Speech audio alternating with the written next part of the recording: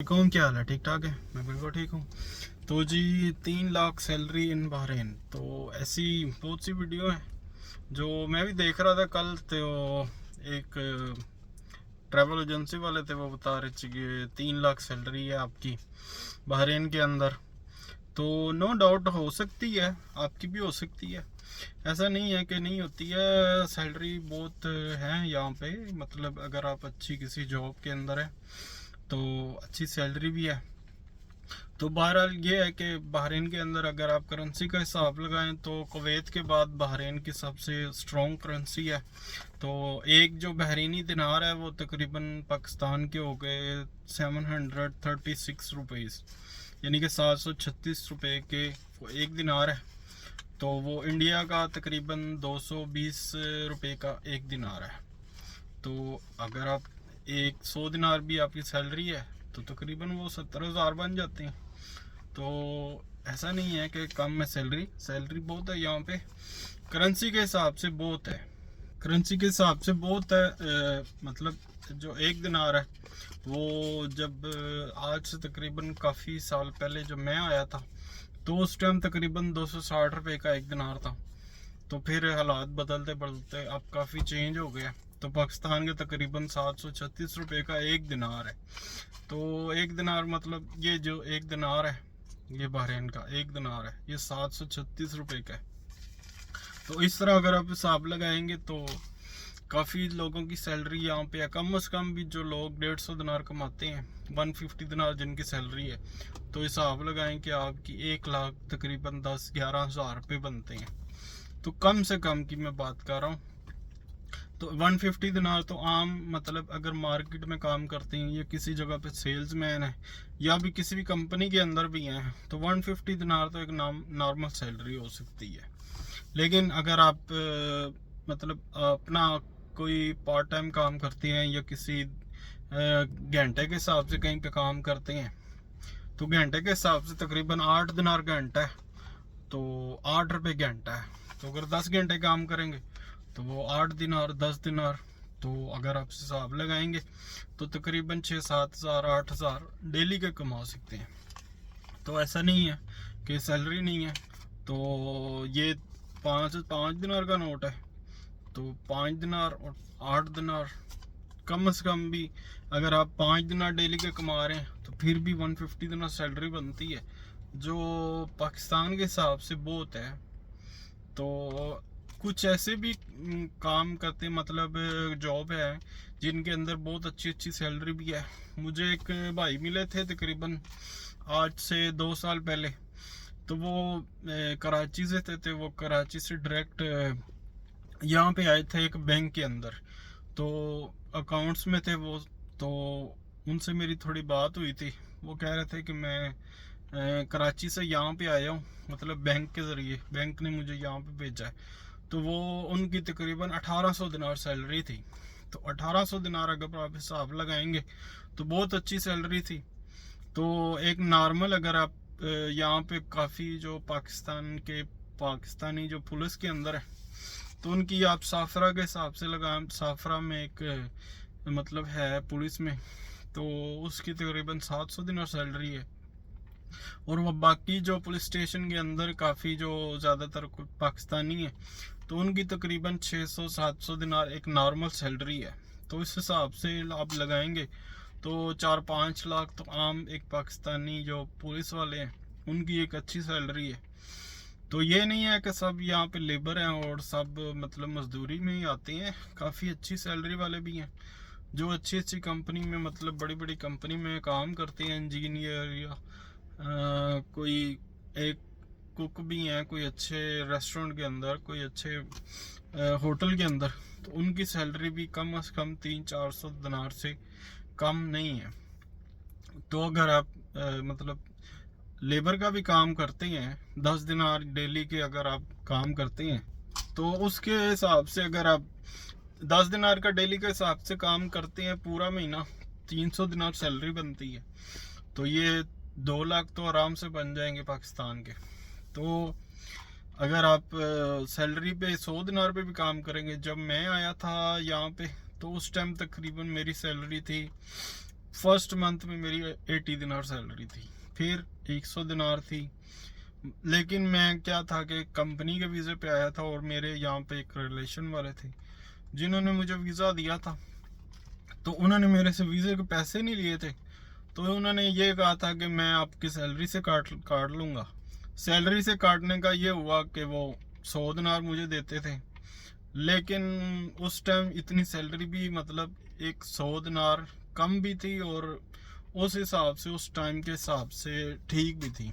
लेकिन अभी जो मतलब जो कॉन्ट्रैक्ट में भी आ रहे हैं कुछ कंपनी के अंदर या किसी कंपनी के या फैक्ट्री वीज़े में, किसी भी वीज़े में आप कॉन्ट्रैक्ट पे आ रहे हैं, तो कम से कम आप 150 का तो कॉन्ट्रैक्ट करके आए, या 150 नहीं तो 140 या 130 कम से कम आप करके आए। उसमें आप रूम भी आपको दें या खाना दें आपको, फिर भी आपको 100 दिनार तो आपको बचना चाहिए। 100 दिनार अगर आपको बचेगा तो फिर आपको फ़ायदा है उसमें। अगर आप घर बेचते हैं और यहाँ पे कुछ सेविंग करते हैं, तो अगर आप 100 दिनार भी बचता है तो ये एक साल के बाद या 2 साल के बाद एक अच्छी अमाउंट आपके पास हो जाती है। तो अगर बिजनेस करना चाहते हैं तो बिजनेस में भी ये होता है कि आप अगर एक दफ़ा पैसे लगा रहे हैं तो उसमें भी अच्छे पैसे, अगर आप बिजनेस चल गया तो अच्छे लोग पैसे कमा रहे हैं। मेरा एक दो दोस्त हैं जो ये गाड़ियों के इलेक्ट्रिशियन है और गैराज बनाया उन्होंने, तो वो भी अच्छा पैसे कमा रहे हैं। लेकिन ये इस तरह नहीं है कि आप एक लेबर के वीज़े पे आ रहे हैं जो यहाँ पे रोड पे सफाई करते हैं। अगर आप उस वीज़े पे आ रहे हैं तो वो आपको कंपनी आपके साथ कॉन्ट्रैक्ट करती है, आपको सैलरी मिलेगी 50,000। तो 50,000 कितने बनते हैं? तकरीबन 60 दिनार बनते हैं, 60 या 65 दिनार बनते हैं अगर आप पाकिस्तान से आ रहे हैं। अगर आप दूसरे इंडिया के से आ रहे हैं तो वो भी इतनी 60-70 दिनार सैलरी है। लेकिन वो क्या करेंगे, आपको ये लिख के देंगे कि जी हमने आपको 50 दिनार सैलरी, 50,000 सैलरी देनी है। तो यहाँ पे तो कुछ भी नहीं बनता 50-60 दिनार का। तो अगर आप उस ट्राई पे कर रहे हैं वीज़े पे, क्योंकि आज से तकरीबन मतलब कोरोना से पहले पहले मैंने देखा था यहाँ पे कोई भी ना, ये जो रोड पे सफाई करती हैं लेबर, जो बल्दिया के काम में, वो इतने ज़्यादा पाकिस्तानी नहीं थे। तो अब तकरीबन काफ़ी बंदे मैंने देखे हैं जो ज़्यादातर ये कहते हैं कि मुझे एक 1.5 लाख हमसे जी लिया है एजेंट ने, और हमको बोला कि आपको 50,000 सैलरी है, तो आप एक अच्छी जॉब है यहाँ पे, एक बल्दिया के अंदर काम है, तो रूम भी मिलेगा, खाना भी मिलेगा, हर चीज़ मिलेगी। लेकिन रूम मिलता है उनको, खाने के भी पैसे मिलते हैं, लेकिन क्या क्या उनकी सैलरी सिर्फ 65 दिनार होती है, और वो भी ज़्यादा से ज़्यादा बढ़ेगी तो 70 या 80 दिनार तक जाएगी। तो 80 दिनार में भी आप काम करने के लिए आ रहे हैं, तो वो उसमें आप क्या बचाएंगे फिर। इसीलिए अगर आप किसी कंपनी के अंदर कॉन्ट्रैक्ट करके आ रहे हैं तो कम से कम 150 दिनार का कॉन्ट्रैक्ट लाजम करके आए। तो अगर आप 50 दिनार यहाँ पे रूम के तकरीबन, अगर आप बाहर रहते हैं तो 20 दिनार रूम के आ जाएंगे, और कम से कम आपके 20 दिनार खाने के लाजम आ जाएंगे। ये रात का या 3 टाइम का अगर खाएंगे तो कम से कम 20 दिनार मंथली या 30 दिनार भी आ सकता है। वो इजीली आपको खाने के पैसे के आ जाएंगे। और 8-10 दिनार का, 8-10 दिनार, 8-8.5 दिनार का मोबाइल का पैकेज होता है। तो बाकी ये करके तकरीबन आपको 100 दिनार तो बचना चाहिए यहाँ पे। और अगर आप आज़ाद वीज़े पे आ रहे हैं तो सब ये आपको मतलब, मैं यूट्यूब वाले या जो भी आप यहाँ पे कोई रहता है आपको जानने वाला, तो सब यही कहेंगे कि भाई यहाँ पे फ़ायदा नहीं है, कुछ काम नहीं है, या यहाँ पे हालात नहीं है, यहाँ पे इतने पैसे नहीं बनते हैं। तो ये कुछ सच्चाई भी है, लेकिन ऐसा नहीं है। मतलब अगर आप वर्क वीज़े पे आते हैं तो आपको एक मंथली अच्छी पैसे, अगर आप मेहनत करते हैं यहाँ पे तो अच्छे पैसे बन जाते हैं। और अगर आपको एक अच्छी जॉब मिल जाती है तो यहाँ पे बड़ी अच्छी अच्छी कंपनी है जो आपको रूम भी देते हैं, खाना भी देते हैं, और तकरीबन 150 सैलरी भी हो जाती है। तो अगर आप सेल्समैन हैं तो सेल्समैन में कम से कम 180 दिनार सैलरी होती है। तो मैंने तकरीबन 2018 में काम किया था एक सेल्समैन का, तो 1 साल काम किया था मैंने। तो मेरी तकरीबन 180 दिनार सैलरी थी उस टाइम पे। तो रूम भी था, खाना भी, सब कुछ अच्छा था। फिर कोरोना आ गया तो सारा मतलब ये निज़ाम ख़राब हो गया। तो लेकिन फिर भी अगर उस टाइम फिर मैंने डिलीवरी का काम किया था कैरिज के अंदर, जो भी तालाबात है। तो उस टाइम पे एक दिनार 4 पे एक ऑर्डर के मिलते थे। तो तकरीबन आप 20 ऑर्डर या 22 ऑर्डर लगाते थे तो आपको इजीली पेट्रोल का निकाल के तो 20 दिनार तो आपको इजीली बच जाते थे। और अगर आप अपनी गाड़ी लेते हैं तो तकरीबन आपको 700-800 दिनार की एक अच्छी गाड़ी मिल जाती है। और मोटरसाइकिल भी तकरीबन 600-700 दिनार का एक अच्छा मोटरसाइकिल भी मिल जाता है।